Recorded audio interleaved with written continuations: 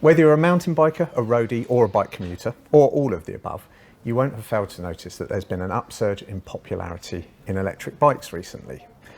Here in the UK, for example, data from the Bicycle Association suggests that last year e-bike sales increased by 67%, and it was a similar story in the USA.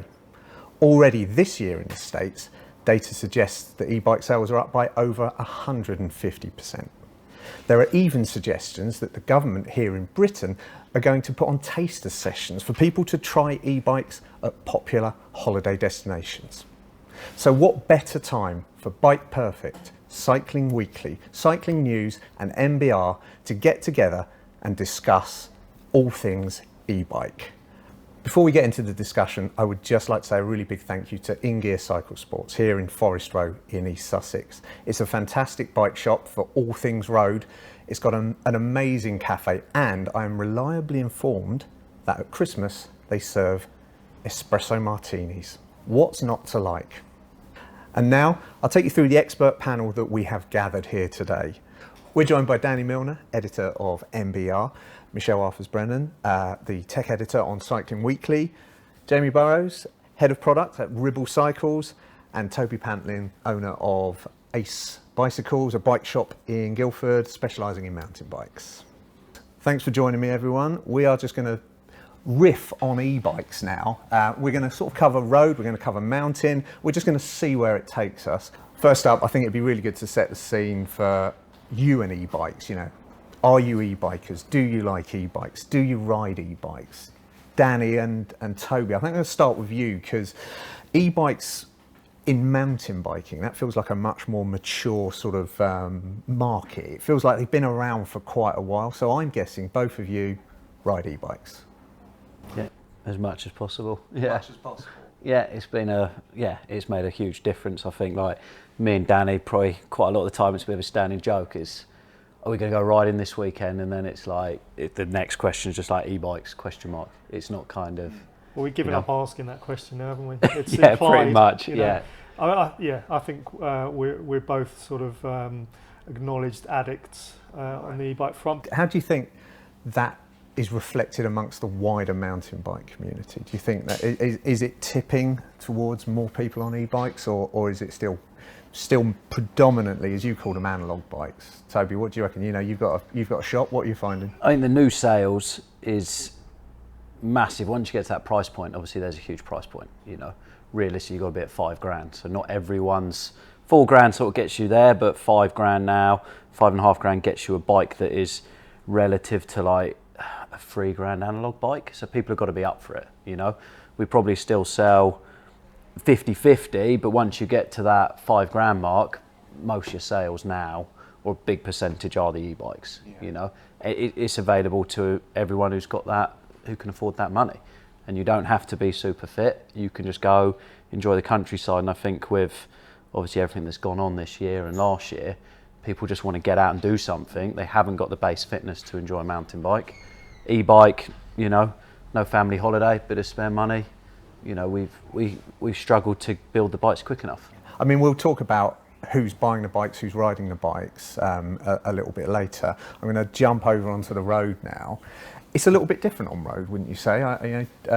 Michelle, as a tech editor on one of Britain's best cycling magazines and websites,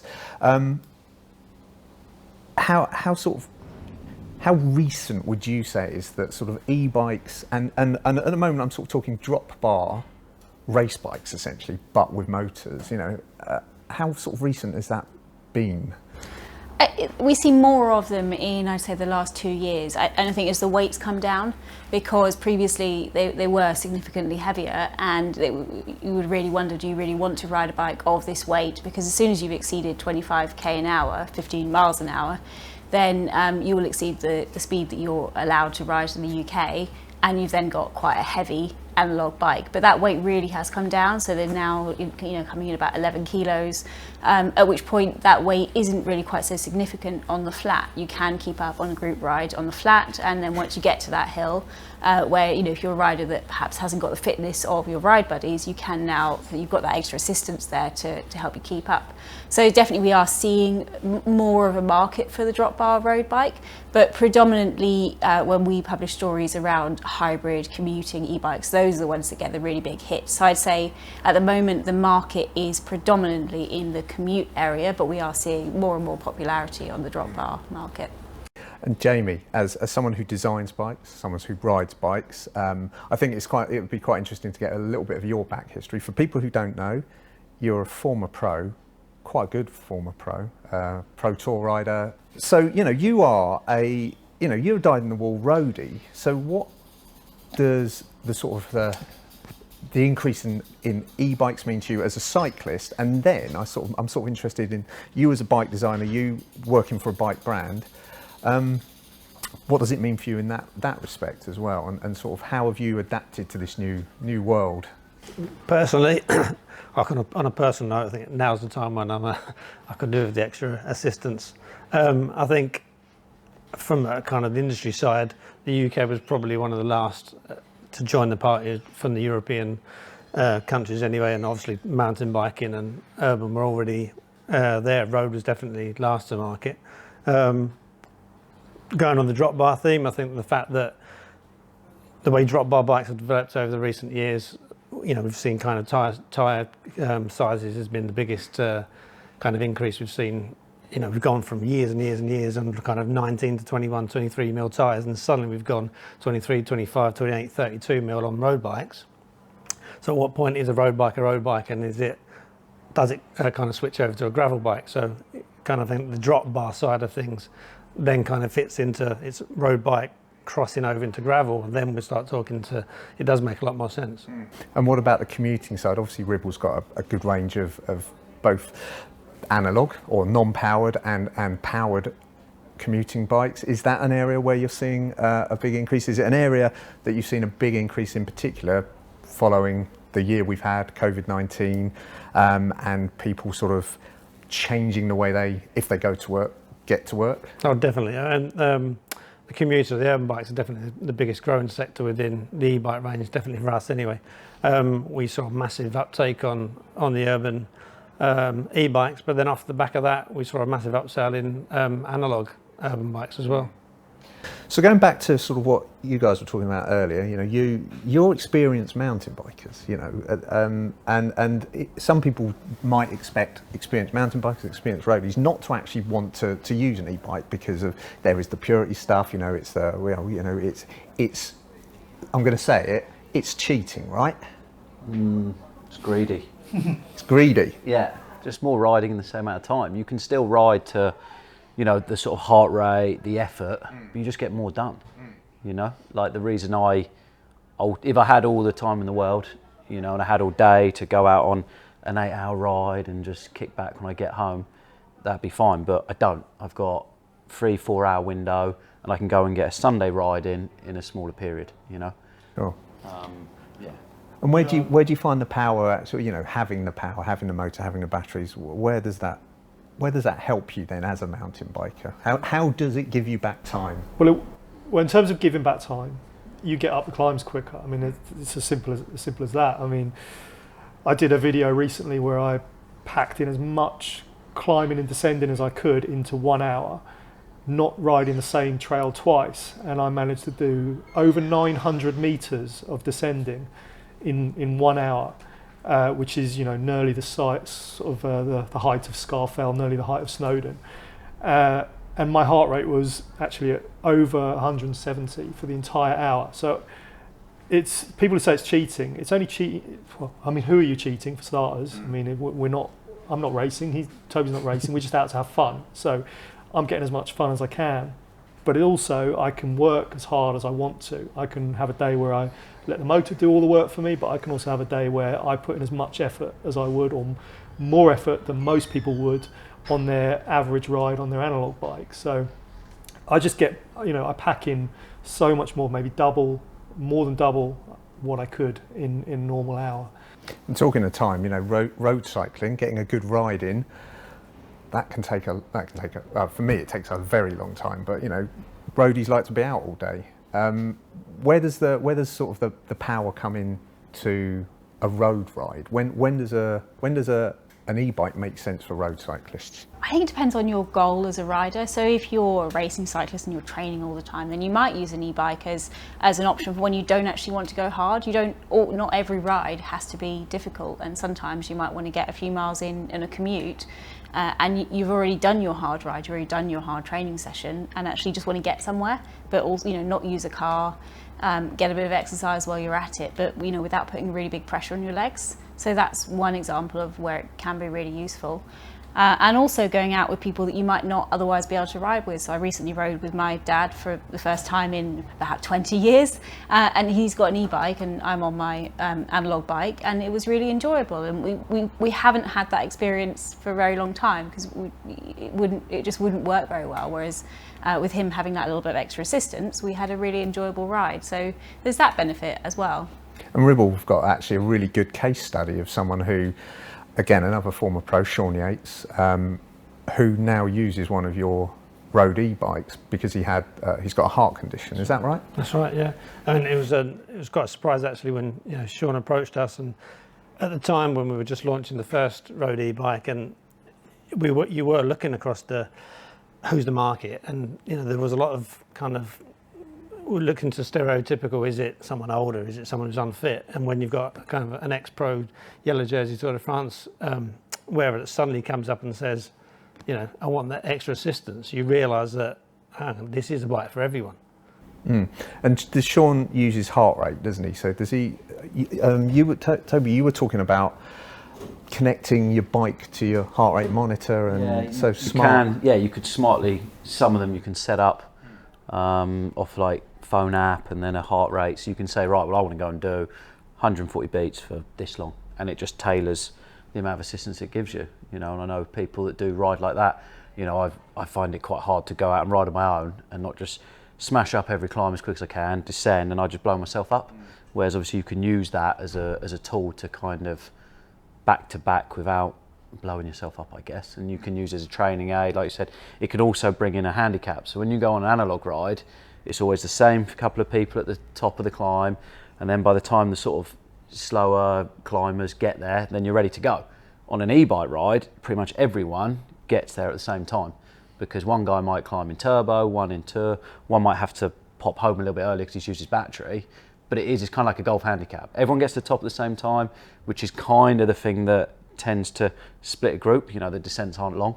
A 2-minute descent, if you've got an absolute pinner, you might do it 20 seconds quicker. No one notices 20 seconds at the bottom. But that 10-minute climb to get there, if there's 2-3 minutes difference almost, it does split the group. So Toby and Jamie, I sort of want to ask you, as you know, as a brand representative and as a shop owner, can you actually categorise who's now buying e-bikes? I mean, if I start on your side, you know, who are you seeing coming in? We've talked about a few different, you know, the drop bar road bikes, commuting bikes. What else are we? Yeah, it's a really varied audience. I mean, when the first bike we launched was a lightweight carbon road bike, and it was kind of more elderly cyclists who just kind of, where the cycling was their passion, they didn't want to lose that kind of being able to go out with their friends. Since the bikes have developed and the range has developed into gravel and urban, obviously commuters, commuters, say, were definitely one of the bigger things, because of the fact that mode of transport, get from A to B cheaper, you know, you don't have to get to work in a sweat. You know, it's got so many benefits. And then also the gravel riding side of things, it's just, it really has opened the doors to so many different people. And then on the mountain bike side, you know, we've said it's a more mature market. So is there an e-bike mountain bike buyer, or is it?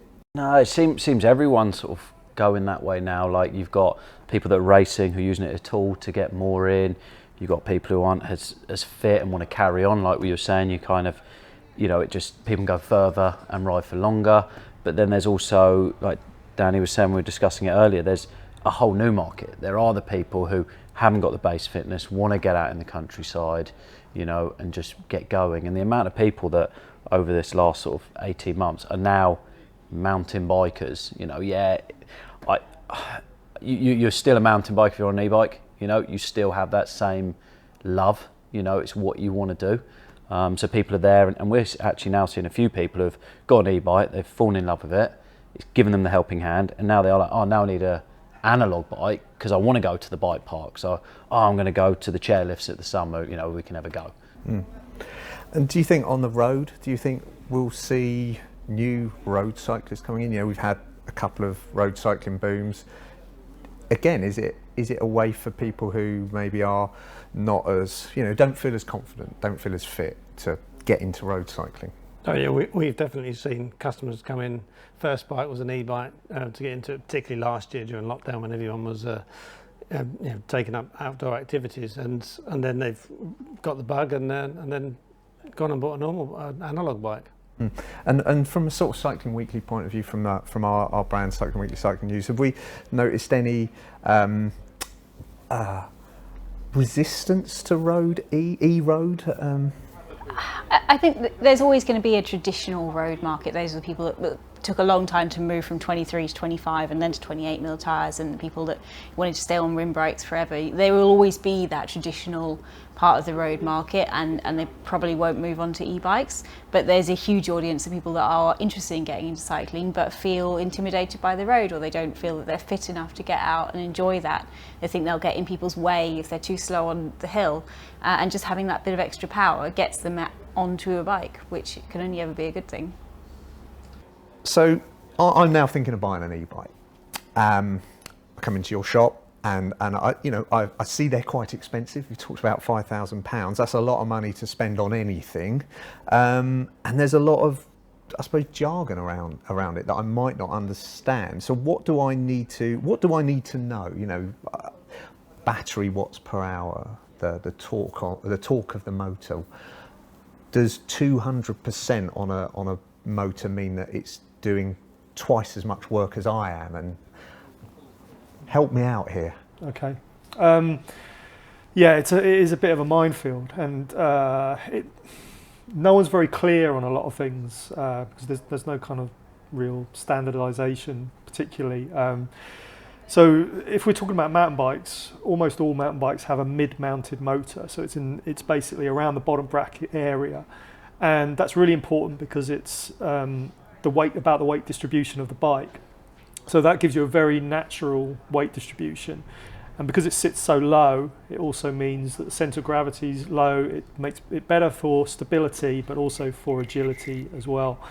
If you have, you can have a rear-mounted motor, but on a mountain bike that just doesn't work because your back wheel's smashing into things and you can't get it off the ground and stuff. So first of all, I would look for a mid-mounted motor, and there are a lot on the market. Everyone says they're 250 watts, which is the EU ruling standard. So nothing can be above 250 watts, but that's over, believe it's a 30-minute continuous power output. So in actual fact, the peak power output for a few seconds can be up to 600 watts. So although they say they're all the same power, they're not. So some will be more powerful than others. And then you get into the battery. So if you have a 500 watt hour battery, that means it can put out 500 watts for an hour. So if you have a 500 watt motor, it can, and it's running at full power, for an hour you'll drain the battery. It's kind of as simple as that. But when it comes to the mountain bike as a whole, it's still much more important to have a good bike, a good chassis with good suspension, good geometry, good handling. The motor and the battery are kind of secondary, and they're all really good. All the systems are very good now. So you're talking kind of more subtle nuances in terms of the systems. The key really is to go for the best bike you can. That would be my advice. And try as many as you can. Go to demos, see what you like the handling of. And how about setting up a mountain bike with a motor? How different is that to just setting up a normal mountain bike? It's they are basically they're heavier. That's the key thing. So they're roughly double the weight of a normal bike. So, you know, that puts a lot of wear and tear on components. So you're going to want probably thicker tyres, like heavier duty tyres. That's one of the big things. Otherwise, you'll go into corners and the tyres will fold over, and it will just you'll be puncturing and everything. You need bigger brakes because there's more mass to slow down. The suspension actually works better on an e-bike than on a regular bike usually, because the weight is in the centre of the frame, and the wheels are effectively lighter in proportion, so they move very freely up and down, and the bike just kind of tracks the ground brilliantly. So you have to do, you know, a little bit around how you set your suspension up. You might not have as much damping because you're sitting down, the motor's putting lots of effort into the bike. You're not out of the saddle, like, you know, move it from side to side and the suspension's going all like this. You're actually just sitting down and everything's quite static. That means you sort of need less damping when you're climbing and stuff. So that, yeah, there's little things that you kind of need to sort of adjust and tweak for it. But you know, fundamentally, it's not massively different from a normal mountain bike in how you set it up. And then on the road, it's probably even more simple, isn't it? Danny was talking about mid-mounted motors on mountain bikes. What do you use? Ours is a hub-driven motor, which is one of the key things for us when we started this as a project. And a lot of that went back to the fact that generally road customers weren't ready to say, oh, I need an e-bike. And part of that was the aesthetics of a slim battery and a hub motor, which is effectively, most cassettes now have got a 32 bottom cassette where you can't even see the hub, that you've got a hub driven motor. So starting by having a bike which is aesthetically is hardly any different from an analog bike, and then weight wise you're only talking around 3.5 kilograms of actual system weight on top of the bike weight itself. Our SLE carbon bike, we've got down to 10.5 kilos. And the other benefit on the road for the hub-driven motor is there's no resistance when you're not using the system. So you can ride that bike as a normal bike, and although heavier than a top-end bike, 10.5 kilos is still a lightweight bike. And what sort of, do you have to make compromises when you're designing an e-bike compared to just designing a standard road bike? What sort of different things do you take into account when you're putting these bikes together? Not really, just obviously catering for the system itself. Obviously your down tube, despite the battery is pretty slender, the down tube of the bike is the key point of difference to a standard bike, and then just making sure that all the routing between the cabling between the motor and the battery are, you know, you've got that sorted out.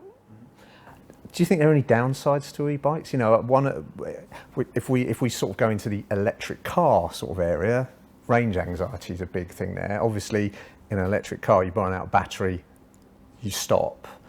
So how about on the mountain bike side of things? Range anxiety, is that, I assume that might be more of an issue because heavier bikes. Yeah, it's definitely way more of a thing. Like, you really don't want to run out of battery on your mountain bike. You know, you tend to build up the bikes, like Danny was saying earlier, you've got heavier tyres, you'll run more aggressive tyres because, you know, you're not worried about the efficiency in the same way. You want the drive, you want the braking. These bikes are heavy, noticeably, you know, heavy. And yeah, you do not want to run out. So there really is a big thing if you've got a couple of mates, similar fitness, similar weight, and they're all on 625 battery, you know, you all need to be on those. You know, you've got some guys who join the game early and they're on 500s, and now you've got, you know, bigger batteries, you've got brands doing range extenders. You know, if you're the guy that's worried that you're going to run out first, and then like the whole crew's kind of thinking, oh well, he's with us, we're going to do 3 descents less, you know, and you don't, the bikes, you're not going to be winching up a climb while your mates have still got some battery and you're going to be with them. They're just going to be gone. And it's not just the battery, it's also the resistance in the motor.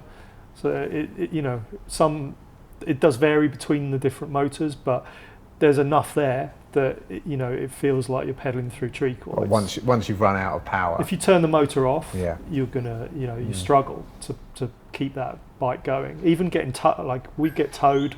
If you run out of battery, your mate tows you basically, and even then it's hard work. Yeah.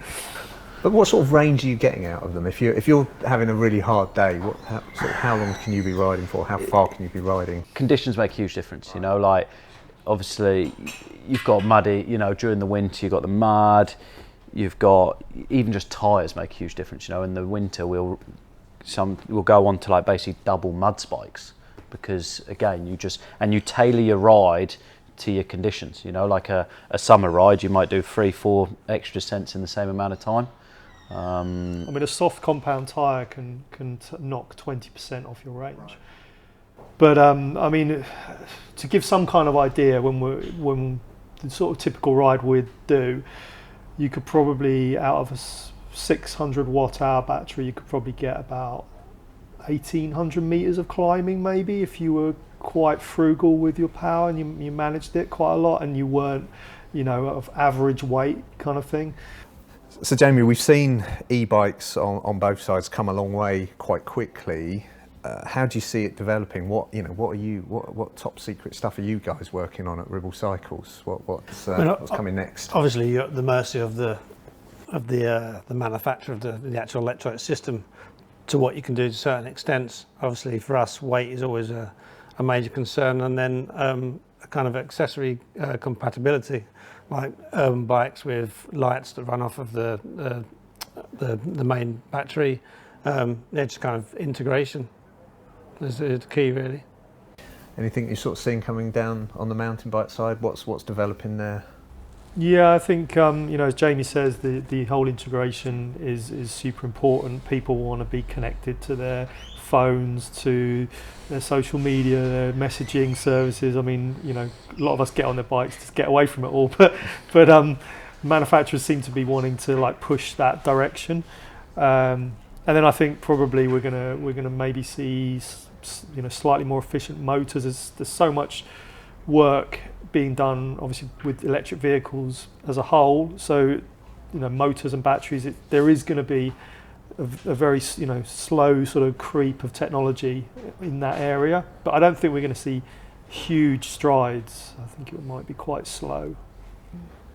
I'd say in the drop bar market, we're mostly restrained by the UK maximum speed. As long as that maximum speed stays at 25k an hour, 15 miles an hour, there's only ever going to be so much interest, because people often want to surpass that speed. But that's purely in the race it. Well, you're obviously not going to be racing your e-bike, but in the like sportive, or like, you know, people that are after long, hard road rides. Whereas in the commute area, it's not such an issue. And the other thing we're seeing currently in mountain biking that I think will continue to develop is a split between these big, these full fat, as they're called, motors and batteries. So sort of 500-600 watt peak power and 700 watt hour batteries, to these newer, lighter weight, lower powered, smaller batteries. So they're kind of sort of halfway between an analog bike and an e-bike in terms of weight and power. So it's kind of doubling your power.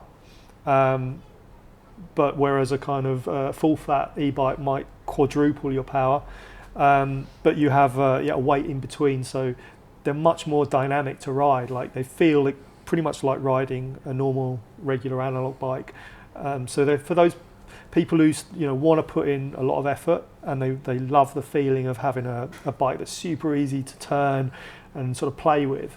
You know, those bikes, and also they work really well on flatter trails and for longer distances as well, so that there's less range anxiety with them. So these are emerging, and I think they're going to continue to sort of split the market. Something we have touched on, but haven't really sort of discussed at any great length, is another area of the market on the roadside. So commuting and leisure, I guess. Is that an area where at Ribble you've seen a big growth over the last couple of years or so with e-bikes? Yeah, definitely. The hybrid models, obviously, it's a cross between those using for commuting and those using for just general leisure side of things. We went to Caravan and Camping Show as the first kind of non-bike specific show we did just before lockdown last year, and it was amazing that side of the market of people wanting, particularly in kind of, you got a camper, you go away, park up, or a caravan. Once you're there, you know, you want to get about, you not necessarily got your car with you, having that kind of form of transport, and also the fact that they're so lightweight, it's easier of getting them on a rack, on a roof rack, on a rack on the back of on a camper van. Yeah, it's definitely for the leisure market, yeah. And the commuting market, that's really important to our brands. Our readers want to know about the best bikes to get to work on. That's huge for e-bikes, isn't it? It is absolutely massive. So whenever there's a new e-commute bike comes out, it always gets a huge amount of interest, and lots of people just after the newest thing. And certainly integration comes into that. So what they're looking for is just complete convenience. So something that could replace their car. You don't attach lights to your car when you drive to work, and they don't want to have to do that on their bicycle either. So they want integrated lights. They want carrying capacity, and something that really can replace. And it does seem the perfect option if you have a 3-mile drive to work. I mean, it makes an awful lot more sense to be doing that on the bike, but you want it to, you can just get on and go. You don't want to have to get changed into different outfits. You don't want to have to spend a long time fitting bags to your bike or anything like that, or arrive with a giant sweat patch in a T shape from your backpack. It just needs to be easy, and that's what the e-bikes that we have now are starting to provide.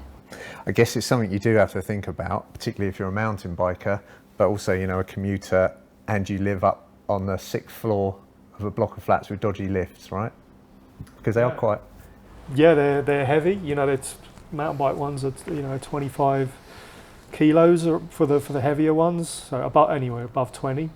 And also, you know, they're pretty long, they're unwieldy. It's, you know, you don't want to be carrying them, you don't want to be putting them on the roof of your car particularly. You do have to have, you know, as Jamie says, charging point where you store your bikes, because not all the batteries are removable. You have to, you know, keep an eye on things like drivetrains. They can, you know, eat chains quicker than normal bikes because you're just riding them more, putting more power through them. Brake pads wear out quicker, tyres will wear out quicker.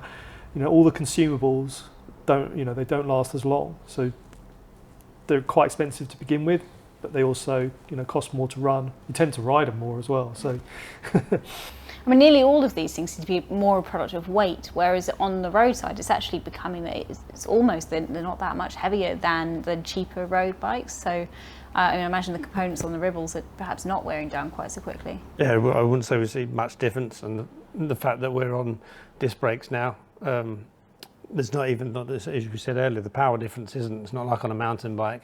As long as you've got, you know, decent hydraulic brakes, then, you know, you've got no issues.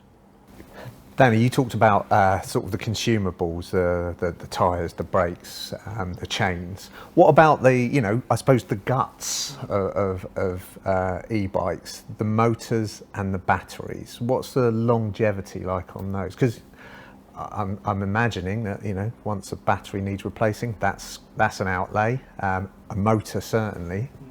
I think on the battery side, so in mountain biking, they're generally very good. Like I can't remember the exact figures from people like Shimano and Bosch, but you need to be the number of charge cycles from fully topped up to fully empty before they start to degrade is huge. You're talking years of continuous, like 3 or 4 times a week, depleting an entire battery. So you haven't really got to worry too much about the batteries. The big thing with mountain biking is the motor durability and reliability, which, you know, there have been some well publicised issues among some of the bigger brands. You know, when you look at the position of where it is and what we're riding it in, it's kind of, you know, it's no surprise that they get a really hard life with just water, mud ingress, just the constant pounding down there. So they are getting a lot better, but it is something that I would, you know, be concerned about if I was buying one potentially. Just like, you've got to take care of it. Don't spray a jet wash or even a hose directly into the bearings. You know, make sure that the bike gets dried afterwards when you've washed it. You don't just leave it out. You know, these things will really help. And obviously they're covered by warranties, etc. But you don't want to have to take your bike into a shop to get the motor replaced. You have to wait for the motor. You're without your bike, all that sort of stuff. So yeah, and it's going to get better. The manufacturers are working on it continually, and we're seeing improvements all the time. So on the road, I guess, you know, it probably, most people will be putting less strain on their batteries and their motors than the mountain bikers. So can we expect a sort of a longer life for your main sort of components on a road e-bike? I mean, there haven't been any major high-profile failures that certainly that we've covered, and as Danny mentioned, you know, jet washing is something that you really do after a mountain bike ride. It's not something that roadies tend to do, and they do seem to be fairly reliable and lasting well. I mean, certainly with a hub-based option as well, everything's sealed, so the likelihood of really getting any kind of water in there or any problems is pretty limited. And I guess that's something that you concur with. You know, you've not really noticed any. Yeah, the water thing is the only question that does ever come up, and obviously fine in the rain, but not advised to point a jet washer straight at the hub. At the minute, the motors aren't sort of serviceable. It's like if you have a problem, new motor goes in, and we do carry motors and batteries, wiring looms, things like that, to turn these things around, and the brands are in on that. You know, they're helping us hold these parts to kind of look after the customer. And it's definitely not something you should tinker with at home. No, you can't touch it. It's like these cars now. You know, you can't open up your, I don't know, I'm not a car mechanic, but you know, they've got tools, you can't get past it, and all these motors, they're sealed with, you know, like safety Torxes, things like that. So it is literally a sealed unit, comes out, new one goes in. If you have any issues, and parts are held to kind of turn around, because they are still sort of in their infancy, so like the bike itself is super reliable really. It's like the little teething problems of electrics. It is different though to sort of traditional cycling and traditional maintenance, because people want to be able to do stuff at home. I don't know if we'll reach a point, Jamie, do you think we will reach a point where people can maintain their systems at home? I would think so. Look, anything like as you said, it is very new technology, isn't it, in the bike world? You know, it might have been around, you know, you've had it nearly 10 years now, but that is still very, very new, you know, compared to the rest of the bike market. Well, thank you very much, everyone. I thought that was fascinating. I certainly learned a lot about e-bikes. I hope you enjoyed watching. I want to say thank you to our partners, Ribble Cycles, Cube and Whyte Bikes. I also want to say a big thank you to InGear Cycle Sport here in Forest Row, who've been our very gracious hosts today. You can find a lot more information about e-bikes, including reviews and buying guides, on our websites, cyclingnews.com, bikeperfect.com, cyclingweekly.com and mbr.co.uk, and also in our magazines, MBR and Cycling Weekly. What do you think of e-bikes? Have you got an e-bike? Are you thinking of buying an e-bike? Let us know in the comments below. Like and subscribe, and of course, tick that little bell icon for notifications.